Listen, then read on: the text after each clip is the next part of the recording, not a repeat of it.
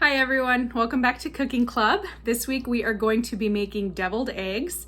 I really like making these for kind of family gatherings and things that we might have going on.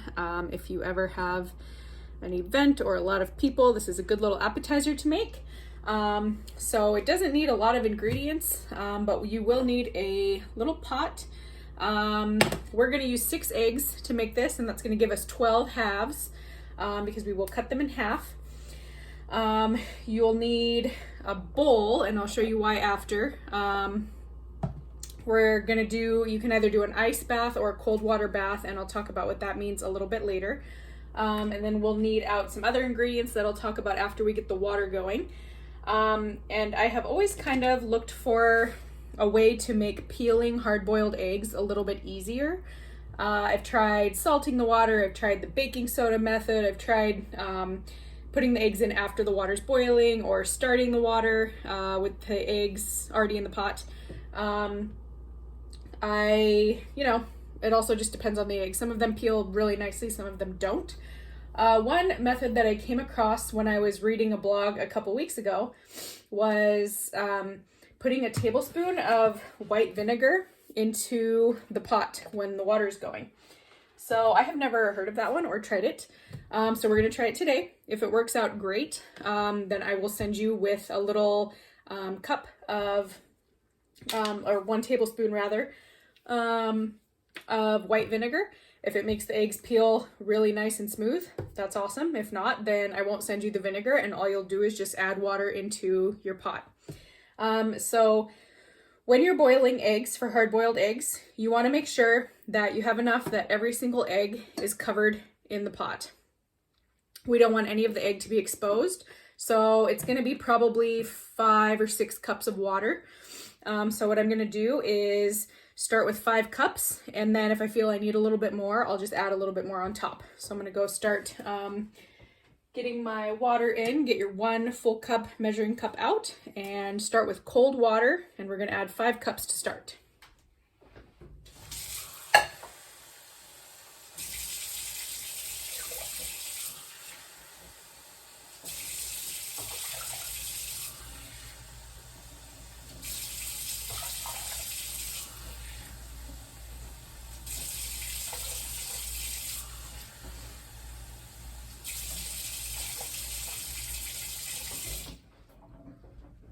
Okay, and cooking isn't an exact science. You know, I typically don't measure it out, and if you look, I've got a little bit of egg poking out. I'm gonna go ahead and put the rest of my eggs in, and then I'm gonna add 1 more cup of water for a total of 6. But like I said, you can put the eggs right in and just fill it. I'm just kind of going along because that water to vinegar ratio that I discovered. No, we're actually okay. Now that I added all the eggs, we're fine.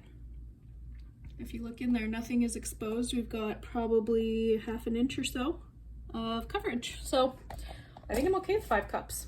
Get my measuring spoon out.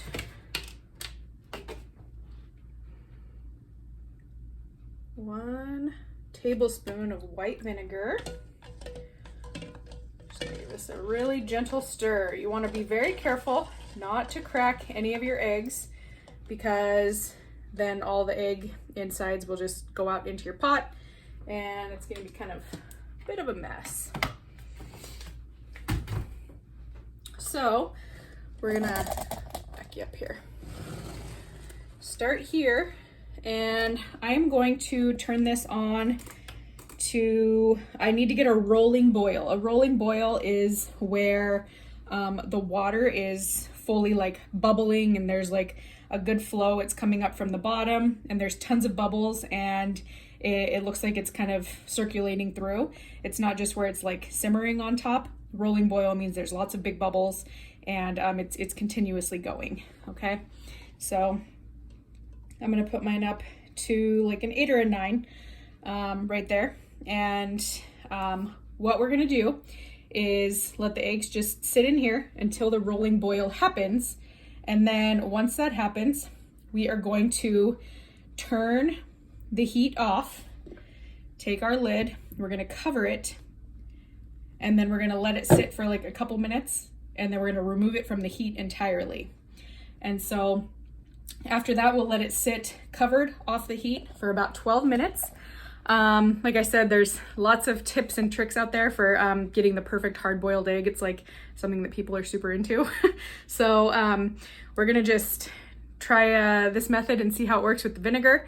But like I said, until that rolling boil comes, we're just gonna leave it uncovered, okay? Move you back a little bit. All right. And I will fast forward through this because otherwise we would quite literally be sitting here waiting for the pot to boil, and that is not fun. So we're going to go here, and once the rolling boil gets going, I'm going to turn us back on and I'll show you what that looks like, okay? Okay, so we are slowly approaching the rolling boil. This is just not quite there, but we're getting there. So I'm going to leave that here for a minute. And I want to talk about the ice bath, or a cold water bath if you don't have ice in your house. So you're going to get a small bowl, and if you do have access to ice, that's great. Go ahead and get some ice cubes and fill it up to, like, you know, not quite halfway, maybe just a third of the way or a quarter of the way, like that much.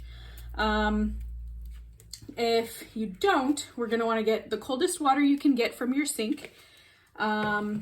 And you can do that once the water reaches rolling boil after we put the lid on. That's totally fine.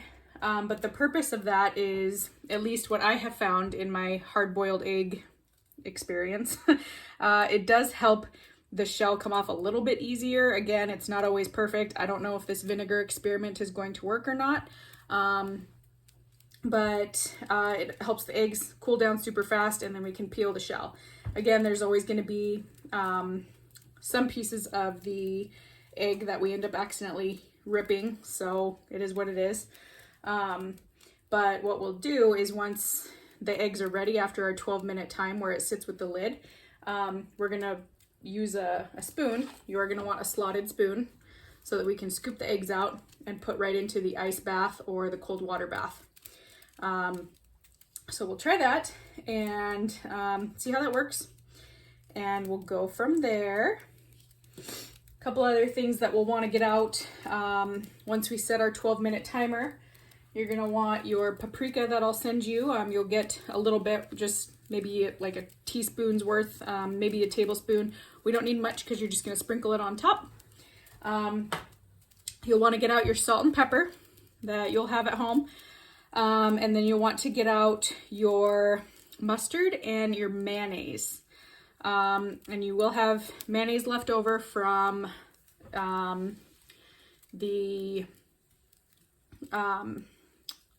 drawing a blank on the recipe we made. Oh, our Vermonter grilled cheese. And then mustard I'll send you in a little cuppy. We're going to use both. It's more mayonnaise than mustard ratio. It's about 3 tablespoons to 1 tablespoon, but it also depends on taste. It's one of those things, if you ever read a recipe and it says salt and pepper to taste, that's kind of how I do it with the deviled eggs. Some people like no mustard, some people like more. Everyone's family might make them a little bit different, so feel free to do that. Whatever you like within your household is totally cool, but I like to do a little bit of each. So here we go. So we are pretty much there. So rolling boil, see how the bubbles are coming up from the side and they're going towards the center, and it's super, super boily right now. That's what we're looking for when it says rolling boil. So I'm thinking that looks pretty good. What we're gonna do now is, angle this down a little bit more for you. There we go. So I'm gonna give that like a couple more seconds just to keep rolling, and then I'll show you our next step.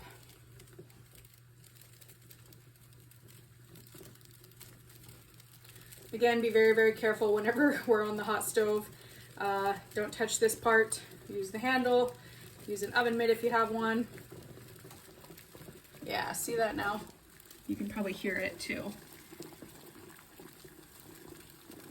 That's what we want. Okay, perfect. So what I'm gonna do now, I'm turning the heat all the way off, putting my lid on, and 1 minute. I've got a timer on my watch. I'm leaving it on the stove top, on the burner for about 1 more minute. And that way it's still getting that rolling boil on there, but the heat is slowly coming down. Okay.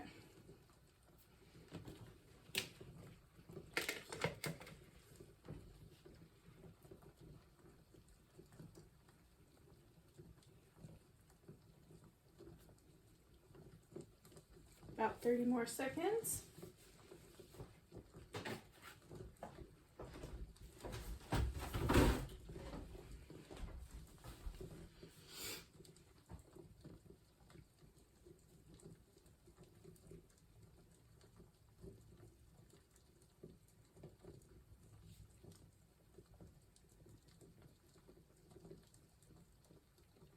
Okay, our minute has passed. I'm taking the eggs fully off of the heat. We're leaving the lid on. And so the boiling has almost come to a full stop. We're gonna leave it on. I'm gonna start my timer for 12 minutes. Okay, so I'm gonna go gather my items. While those eggs are sitting there, we're just gonna leave them to be under that covered lid for a little bit of time till the 12 minutes runs out. So I'm gonna gather my mayo, my mustard, salt and pepper, and you're gonna wanna get your piping bag out, which I have sent you. So you will also need like a fork or some sort of masher type thing. If you have a potato masher, that works for the yolks. But yeah, I'll list all of that in the supplies list. So make sure that you've checked that list. So I'm gonna gather my items and then I will see you back here in about 11 more minutes now at this point. Okay, so next step, our eggs have been sitting in here in the boiling, well, no longer boiling water for 12 minutes. So now we need to take them out and put them into an ice bath or a cold water bath. This is just gonna help them cool down, and I think it helps with the peeling. I don't know, it's just something that has always kind of worked for me. So be very careful when you're scooping. We want to make sure that we're not cracking the egg. So we're just going to place it from the hot pot into the cold bowl.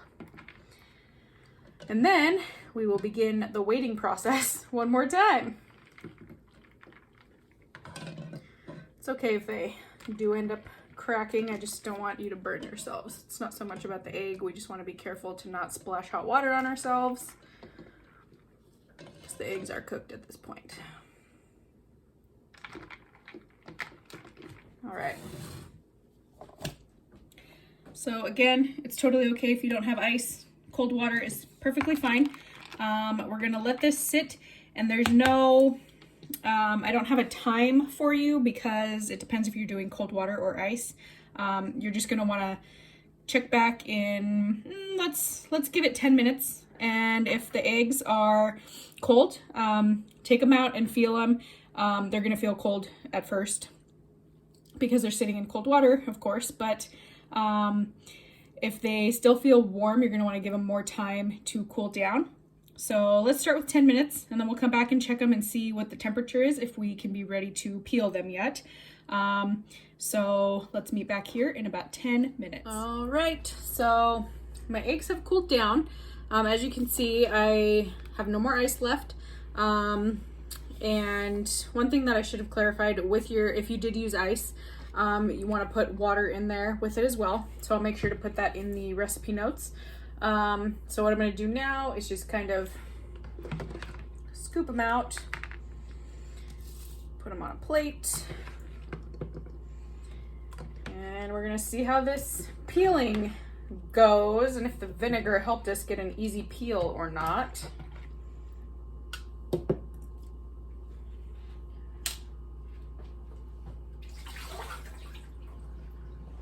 Okay. actually going to grab another plate real quick for the shells. So all we're gonna do is crack the shell around. See if I can get up close.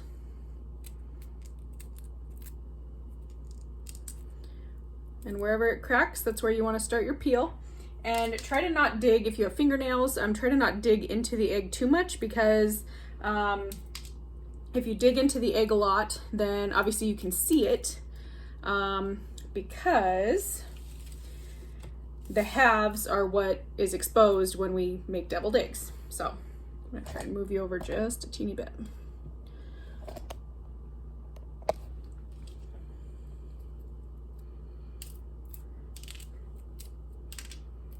It's coming apart fairly easily. I don't know if I would say it's easier than normal. However, so far I don't have any chunks of egg peeling up yet, which is a really good sign. I like that. Maybe there is something to that old vinegar trick.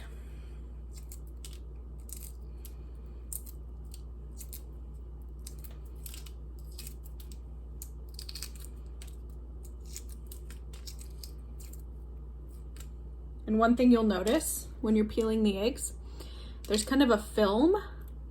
See this white thing that I'm holding on to? You peel that up. We don't want to leave that on there. And so that will also allow for a really easy peel. If you can get that and get under that. Ooh, look at this. That's a big piece that just came up. This film is what I'm talking about. Okay. Wow, look at that. No holes in my egg from the peeling. The vinegar trick might be the one. All right, let's move on to another. Maybe I just got really lucky with that one egg. And again, if you've never boiled eggs before, could be something that you have no idea what I'm talking about if you've never experienced a difficult peel.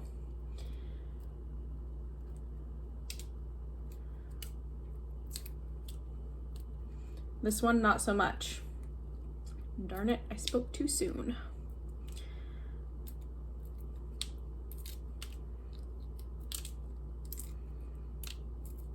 I've read a lot of things about like the age of the egg, if you want to use week-old eggs or fresh eggs. There's so much out there about people's opinions on how to get the perfect hard-boiled egg.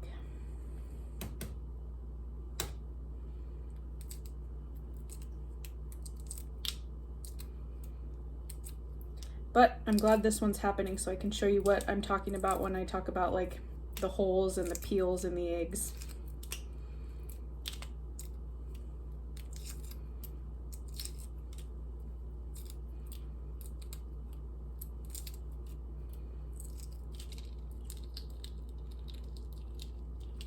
So that one came right apart. See how this one is missing like a big old chunk, and then like right there, whoops.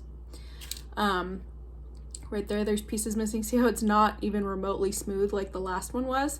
This one's not gonna be the best looking deviled egg, but I'm sure it will taste great.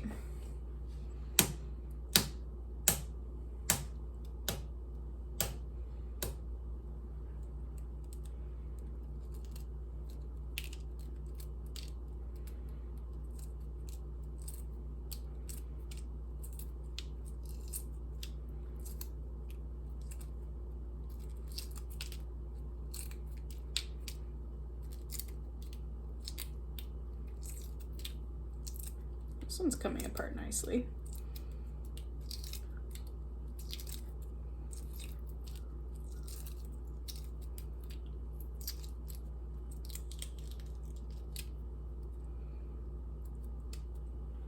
That one's pretty good. And what I like to do before I start the cutting, slicing in half process is I like to just give them a rinse, because I always have little pieces on my hands. And so we don't want to leave any shards of egg anywhere.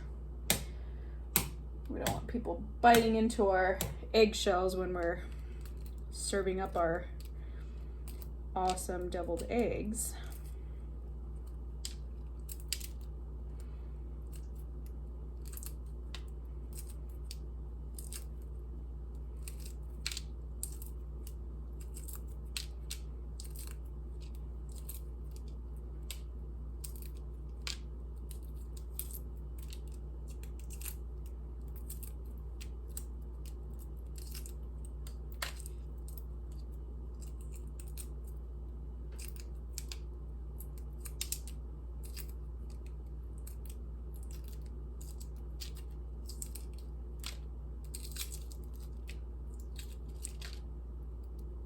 All right, so far we've got 2 pretty ones and 2 not pretty ones. Don't know if I'm sold on the vinegar trick.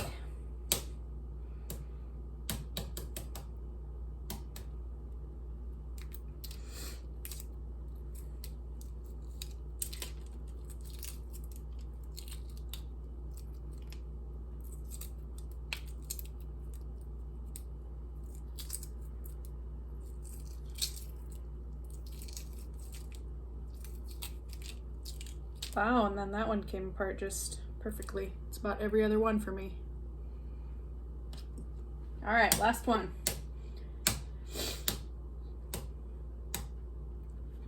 I think I will send you all home with a tablespoon of vinegar, and you can decide within your household if you want to use it or not.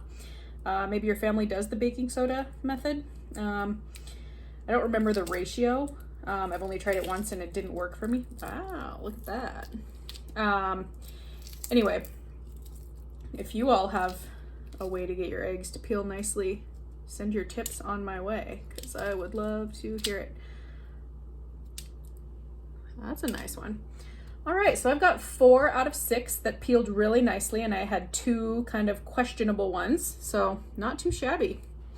All right, I'm gonna get this plate out of the way, and I'm just gonna rinse these really quick and rinse my hands to make sure there's no shards of eggshell on them.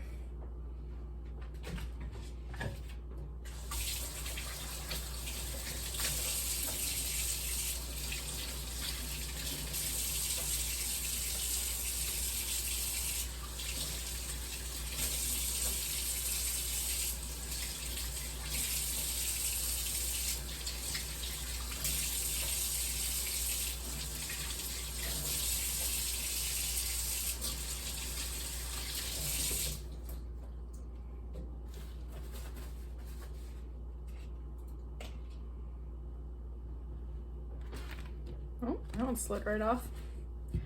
Okay, so now we have our washed clean eggs, and our next step is to get a small bowl out, like a super small one, in comparison to that big red one we used.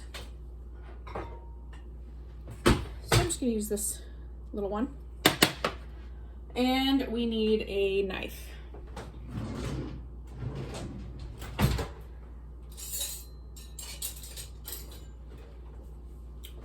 I'm going to use a bigger one. And what we're going to do is we're going to slice it long ways. So if you hold the egg, I'll do one that's not a mangled one. If we were to hold the egg up and down, we're going to slice it this way. Hot dog, not hamburger.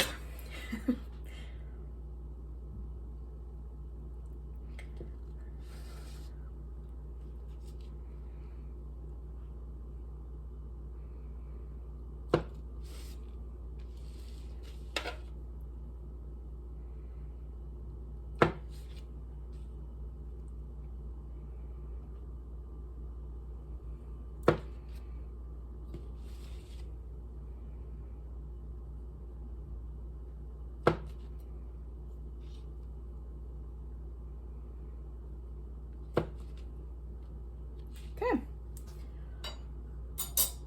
so we've got our 12 halves. Now we need our fork. You can also use a spoon, but I think the fork is a little bit better. What we're gonna do now is take our half, and you wanna be careful not to break the white part, the egg white. We just wanna get out the yolk, okay? So what we're gonna do is we're gonna scoop out the yolk into our little bowl. Let's see if I can show you this. So if you can use your finger to peel back the side a little bit, you can kind of get under there and it'll start to pop out, okay? It'll like flake, or some of it will just fall right out.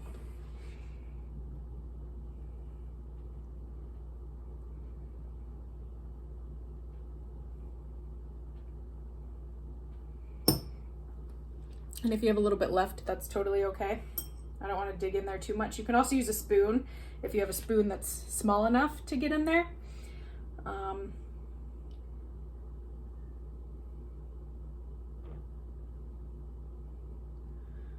But you might not.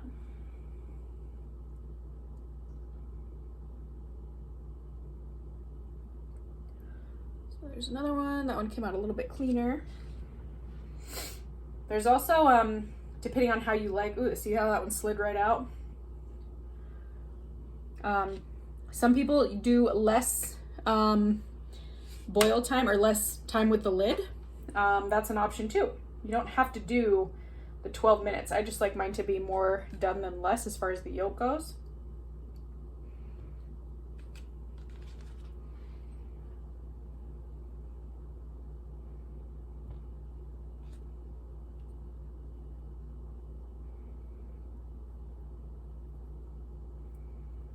Let's see. Some of these are just falling right out, and those are the ones that are the easy ones. We like those.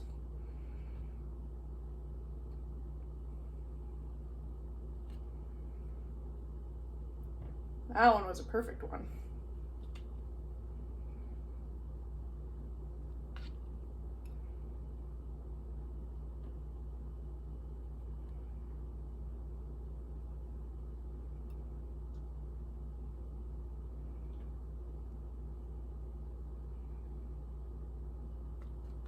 Right, one more. Perfect. Okay, so now we have our 12 empty halves, and then we've got our yolks right here. So now our next step, we're gonna go 3 tablespoons, and again, like I said, cooking is not an exact science. We're gonna start with 3 tablespoons of mayo to 1 tablespoon of mustard. And we'll go from there. We're gonna add it into here, and then we're gonna mash it with a fork.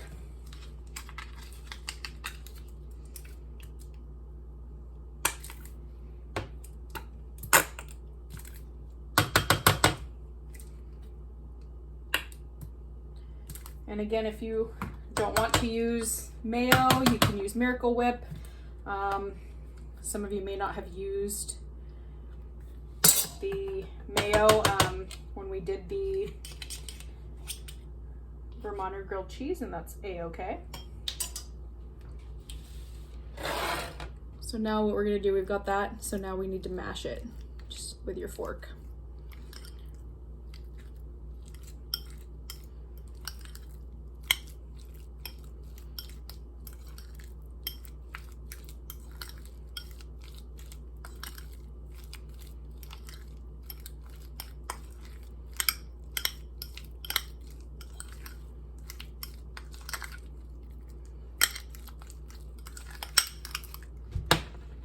And I'm going to just try and mash this a lot. That's why I'm setting it down, because we're gonna put it in a piping bag, and it looks nice, and you can make it look really presentable if we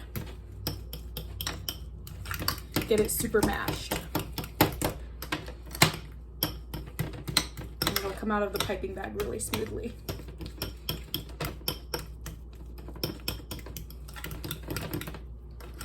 So now, it's the taste test.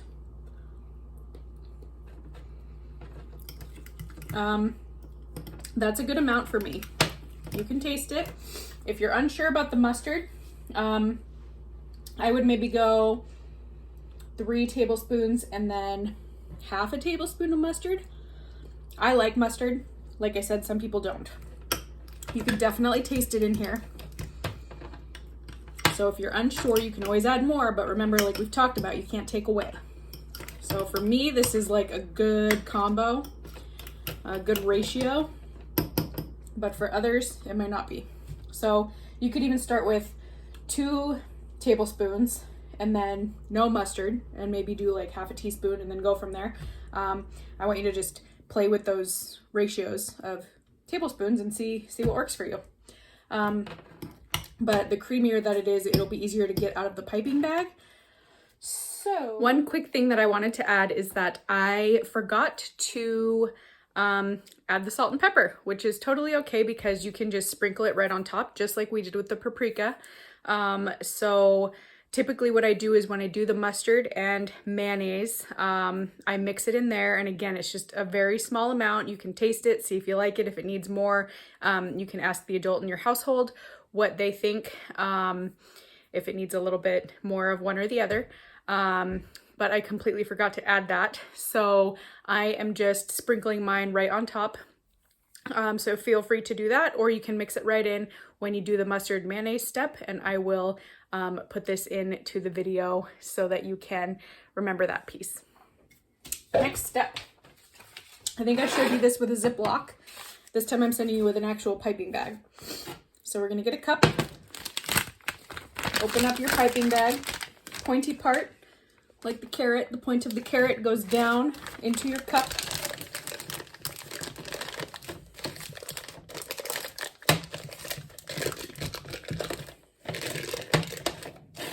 And all of this yellow mixture, try and get it in the middle as much as you can rather than on the sides. That'll be really helpful.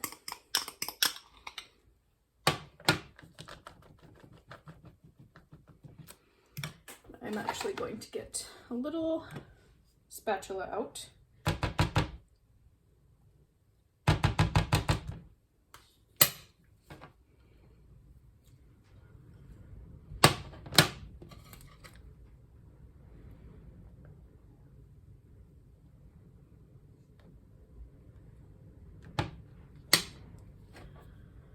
Just for the sake of getting everything out of my bowl.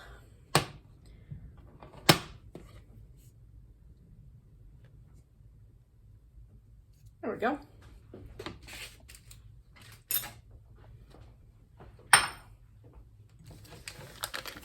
All right, pull that out.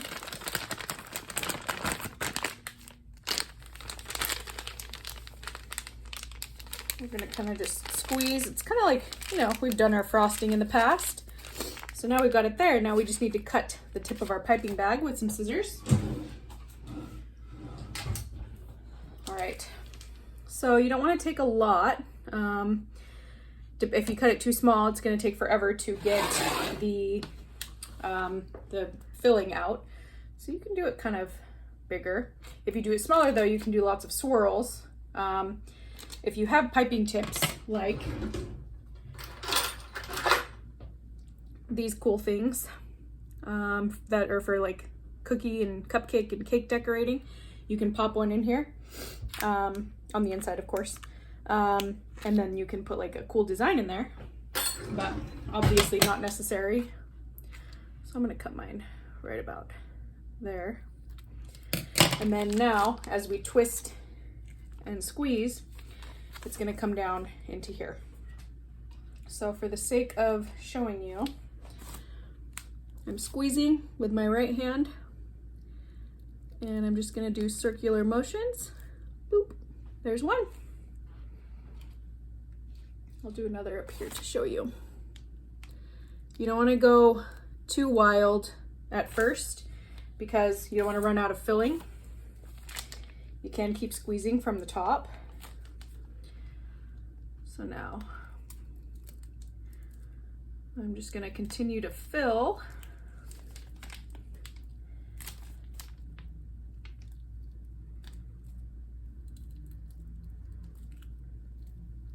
I would say just enough to fill the cavity.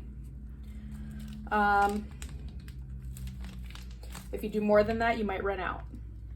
And then if you have extra, you can go back and just put more on top of one of them.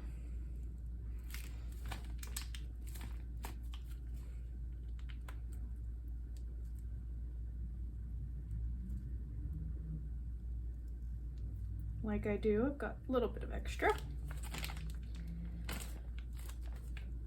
Oops.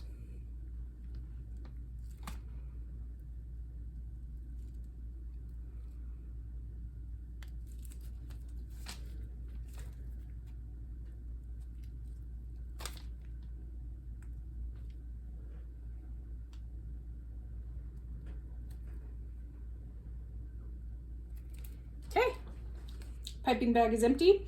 You're always just gonna wanna squeeze down from the top and then fill these here.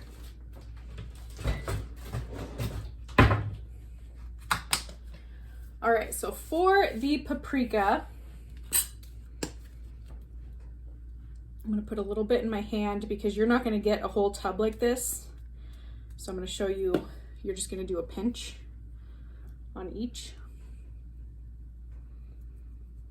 I like more than less. Once I use up what's in my hand, I'll show you. But if I were you, especially if you've never had paprika, I would start with a little bit less and maybe taste one. Whoop, there we go. So that's about how much I used. So you'll just continue putting it in your hand. If you have paprika at home, you can just go like this and sprinkle it over. Another one that people do that I've had is pretty tasty is dill. I don't make it that way often. I've just had it before and it was pretty good. So another little pinch. I'm gonna add some there. The hardest part about these, aside from peeling the eggs and trying to get them to look pretty, is that they taste better chilled. So obviously you can eat some now, but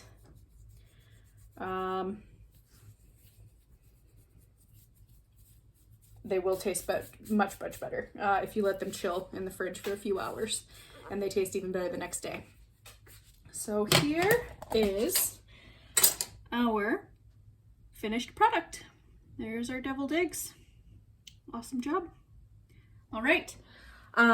So that is everything. Please let me know what you think of this recipe. Let me know how the vinegar worked for you. Let me know what you think of the taste. And if you have any tips and tricks for peeling hard-boiled eggs, send them my way. I'm always looking to try them out. But I hope you have a great week, and I will see you next week. Bye, everyone.